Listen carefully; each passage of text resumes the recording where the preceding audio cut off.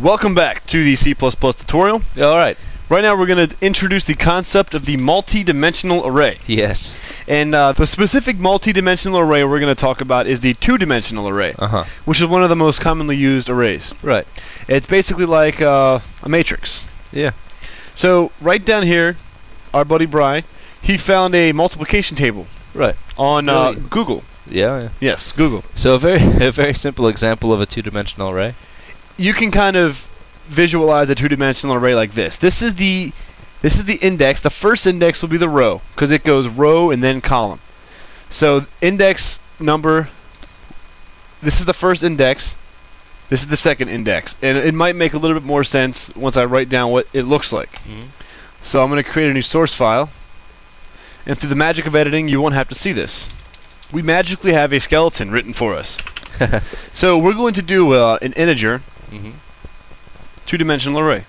Right. And we're going to do a multiplication table, but before we describe that, let's talk about what a two-dimensional array looks like. Okay.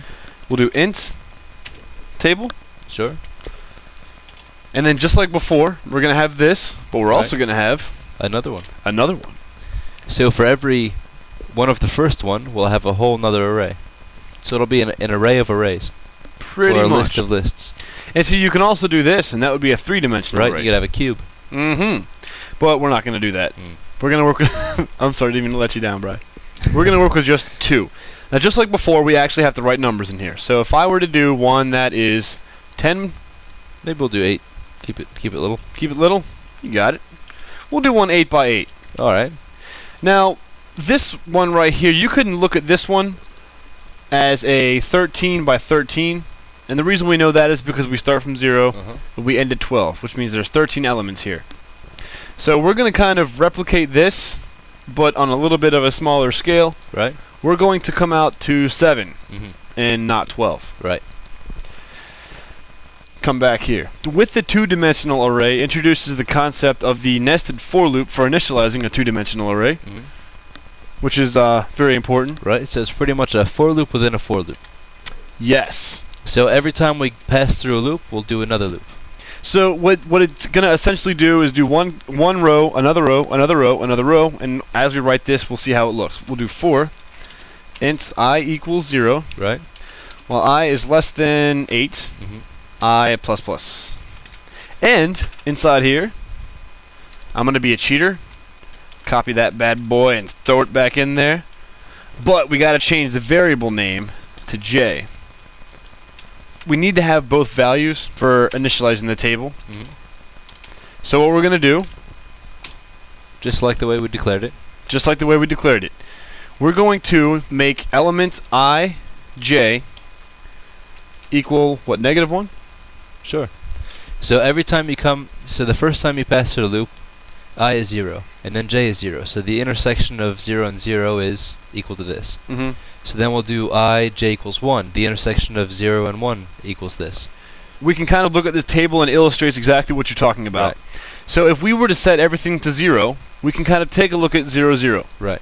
So the first thing that we're going to do is this would be I and this would be j. So at the time that I and j meet, make that value 0. Right. And then I is still going to stay 0 while j goes to 1. So then it's make 0, 1, 0. Right, at that intersection. Then make 0, 2, 0. All the way to the end. Then when it hits there, it goes down to the next row and so on. When it gets to the end, in this case 12, it's going to increment I to 1. Right. So it's just going to go I, and then j is going to go all the way through. And then I is going to go up 1, and then j is going to go all the way through. Alright. It's a whole lot of fun. So this is just going to initialize it. Now to print it, we can copy this exact same loop, because we're going to use it again. And we could just do... instead of storing a value, we'll just output the value. Yeah.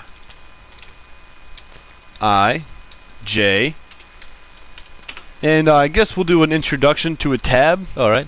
So like we were talking about with special characters before, with the backslash and then something to define a special character, tab in particular is \t. So we'll separate each one of these values with a tab. Now another thing that we need to make sure that we do is every single time we print out a row, we want to put in an end line. So that each row doesn't concatenate into one giant stream. It can print out one row, then another row, then another row. Right. So, Brian, how are we going to do that? Okay, so we'll block off the nested loop. And just to, even though spacing doesn't matter to the compiler, I'm going to space this over to show you that that belongs to that loop. And that we're going to space over to here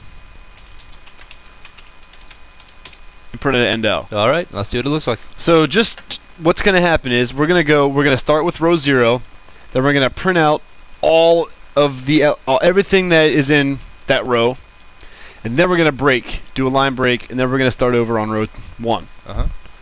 So if I do F9, save this as Array2. So now we have our array of -1s. Right, so we go 0, 1, 2, 3, 4, 5, 6, 7. And then all the way down. Right. Looks beautiful. Oh, yeah. So now, let's make it a multiplication table. Okay. So it's actually a very simple transition.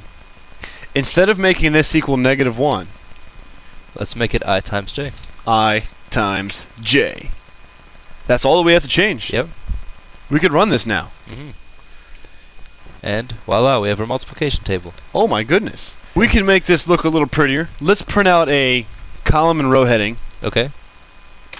So how are we going to go about that? The first thing that we're going to do is we're going to, right before we print everything, we're going to do another for loop. And this is going to be, we can just copy this and paste that there. And this is going to be cout I tab. And then maybe a line after that, we'll see out an end line, as well as a whole bunch of dashes.